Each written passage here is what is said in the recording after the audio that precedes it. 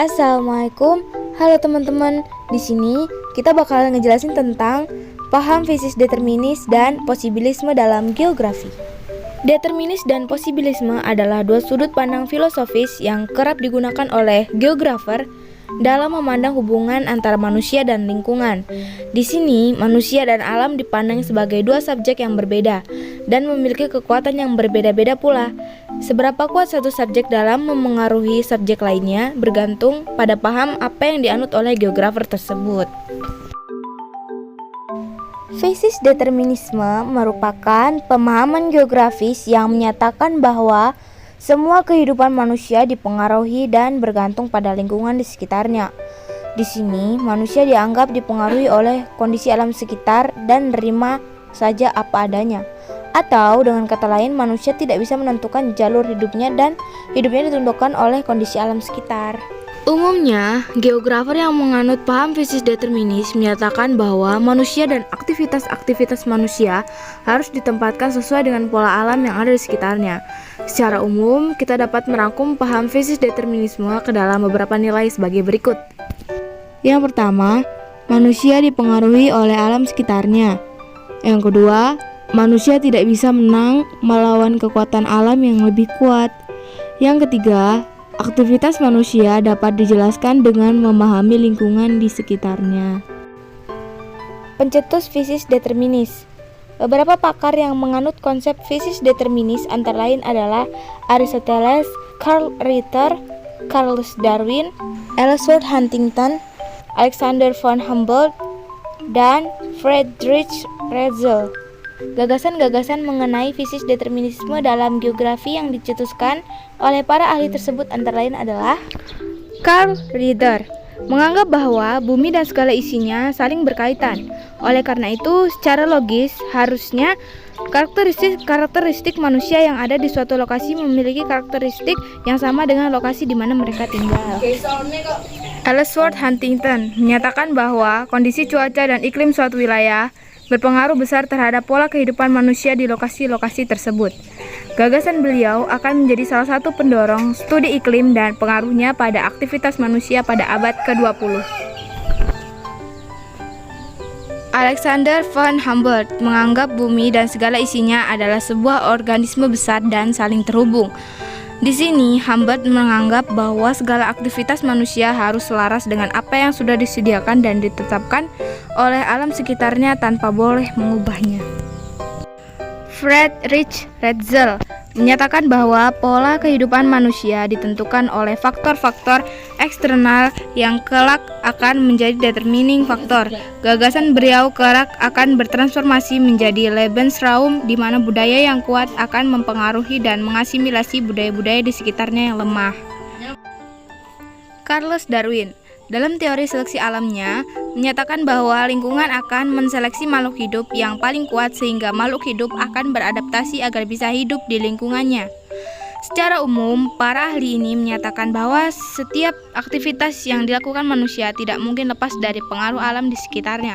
Selain itu, manusia juga tidak cukup kuat untuk mengalahkan alam sehingga harus beradaptasi untuk bertahan hidup. Contoh penerapan fisis determinis.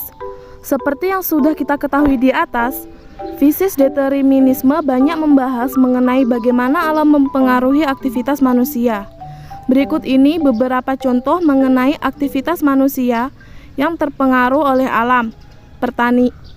Pertanian hanya berkembang di daerah subur. Salah satu contoh fisis determinis yang paling mudah untuk diamati adalah pada aktivitas pertanian. Aktivitas ini hanya akan ditemukan di daerah-daerah yang memiliki tanah subur dan memiliki akses irigasi yang baik. Contohnya adalah daerah-daerah sekitar sungai, daerah tropis yang memiliki curah hujan tinggi, serta daerah-daerah lain yang memiliki tanah-tanah subur. Hal ini terjadi karena saat itu manusia tidak mampu membangun proyek besar yang dapat mengubah kondisi alam di sekitarnya. Semuanya masih dilakukan secara tradisional, memanfaatkan alat-alat seadanya. Sekarang manusia dapat membangun bendungan untuk mengaliri daerah yang kering. mengembangkan pupuk dan rekayasa genetika untuk membuat tanaman yang tanah kering dan mampu hidup di tanah yang tandus. Manusia juga sudah mampu membangun saluran-saluran irigasi skala besar untuk mengaliri lebih banyak sawah dari sebelumnya. Kota-kota besar terletak di daerah yang kaya akan air. Seperti yang kita ketahui, air merupakan salah satu sumber daya alam yang sangat penting bagi berkelanjutan kehidupan manusia. Semua makhluk hidup membutuhkan air untuk bertahan hidup. Oleh karena itu, tidak heran jika kota-kota besar zaman dahulu senantiasa terletak di daerah yang kaya akan sumber daya air, seperti di daerah pesisir sungai, mata air, ataupun di lereng-lereng pegunungan yang memiliki aliran air bersih. Hal ini terjadi karena pada saat itu sangat sulit untuk membangun saluran air bersih dan fasilitas penyediaan air lainnya jika tidak terdapat sumber air yang dekat. Berbeda dengan saat ini yang sudah jauh lebih maju keilmuan teknik sipilnya dan perencanaan kotanya.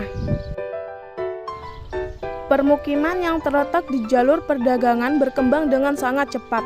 Daerah-daerah yang memiliki lokasi strategis tentu saja akan memiliki pertumbuhan ekonomi yang jauh lebih cepat. Hal ini terjadi karena mereka dapat dengan mudah melakukan perdagangan dengan pihak lain, serta membeli sumber daya yang dibutuhkan. Fisis posibilisme. Posibilisme merupakan pandangan yang menganggap bahwa manusia mampu mengubah alam di sekitarnya agar sesuai dengan kebutuhan manusia. Di sini manusia tidak hanya dianggap sebagai aktor pasif yang hanya menerima nasib. Mereka bisa mengubah nasib mereka. Salah satu pencetus paham posibilisme adalah Paul Vidal de L'Ailles yang merupakan seorang geografer Prancis dan salah satu tokoh ilmu geopolitik Prancis. Menurutnya, manusia justru bisa mempengaruhi lingkungan sekitar. Berbeda dengan paham determinisme yang menyatakan manusia sangat bergantung kondisi lingkungan. Selain itu, alam juga dianggap hanya sebagai pemberi hambatan dan tantangan. Sedangkan manusia dapat menemukan cara untuk menguasai alam tersebut dengan bantuan teknologi dan ilmu pengetahuan. Secara umum, gagasan-gagasan yang diutarakan oleh paham posibilisme antara lain adalah 1.